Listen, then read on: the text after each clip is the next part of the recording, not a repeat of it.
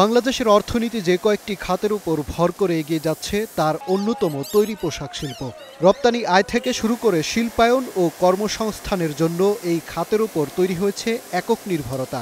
কমবেশি ৫০ লাখ শ্রমিক গার্মেন্টস শিল্পের সঙ্গে যুক্ত, যার অর্ধেকেরই বেশি নারী।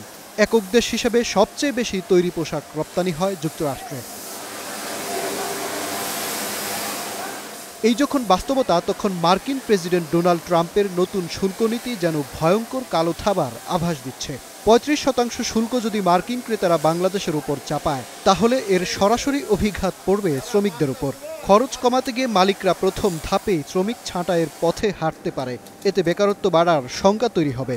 হাজার হাজার লক্ষ লক্ষ শ্রমিকরা আছে, তাদের জীবনমানের উপরে এটার একটা বড় ধরনের একটা প্রভাব পড়বে। তারা যদি ফ্যাক্টরি বন্ধ করে দিতে হয়, প্রতিযোগিতা করতে না পারেন অতিরিক্ত ৩৫% শুল্ক দিয়ে, তাহলে তো এইসব ফ্যাক্টরি বন্ধ হয়ে যাবে। তাহলে সেটার একটা নেতিবাচক প্রভাব পড়বে। এইটা হলো সরাসরি যদি বলি। ব্যবসায়ী নেতারা বলছেন, ট্রাম্পের শুল্ক নীতিতে ভুক্তভোগী হবেন তারাও। তাই অধিকার আদায়ে সোচ্চার হওয়ার আহ্বান শ্রমিক সংগঠনগুলোকেও। এই সময় শ্রমিক সংগঠনগুলো কিন্তু চমৎকার একটা ভূমিকা রাখতে পারে। তারা এবং আমাদের বিজিএমএ ওনার্স যারা আছে এবং শ্রমিক সংগঠনগুলো, তারা একসঙ্গে থাকবে। আমরা একসঙ্গে কাজ করব। আমাদের সঙ্গে সমস্ত পলিটিক্যাল পার্টি, ইভেন তারাও, তাদেরও সাপোর্ট লাগবে।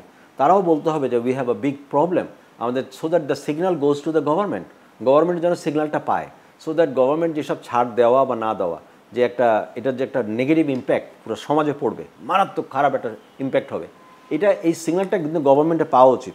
শ্রমিক সংগঠনগুলো কিন্তু এটা ভালো ভূমিকা রাখতে পারে। তারাও আমাদের সাথে এক হয়ে তারাও একটা স্টেটমেন্ট দেওয়া উচিত যে তারা যেন তাদের শ্রমিকরা বেকার না হয়। ট্রাম্পের শুল্ক নীতি কার্যকর না করার আহ্বান জানিয়ে শিগগিরই যুক্তরাষ্ট্র দূতাবাসে স্মারকলিপি দেবে জাতীয় গার্মেন্টস শ্রমিক ফেডারেশন।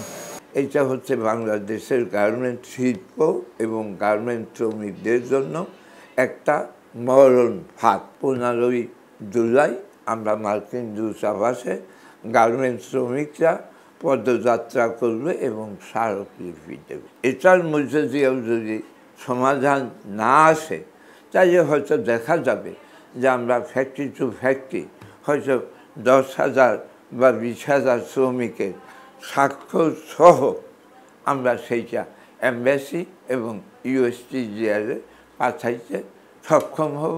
আমরা সেই চেষ্টাটাও করব। ট্রাম্পের শুল্ক নীতিকে বাংলাদেশের ওপর চাপিয়ে দেওয়া অনৈতিক সিদ্ধান্ত বলছেন সংশ্লিষ্টরা। তাদের ধারণা, এই নীতি প্রয়োগ করে দেশটি তাদের কোনো চাওয়া পূরণ করতে চায়। মার্কিন শুল্ক নীতির বিপরীতে দেশের করণীয় ঠিক করতে সব পক্ষের সঙ্গে আলোচনার আহ্বান তাদের। মাজহার মাহবুব, স্টার নিউজ, ঢাকা।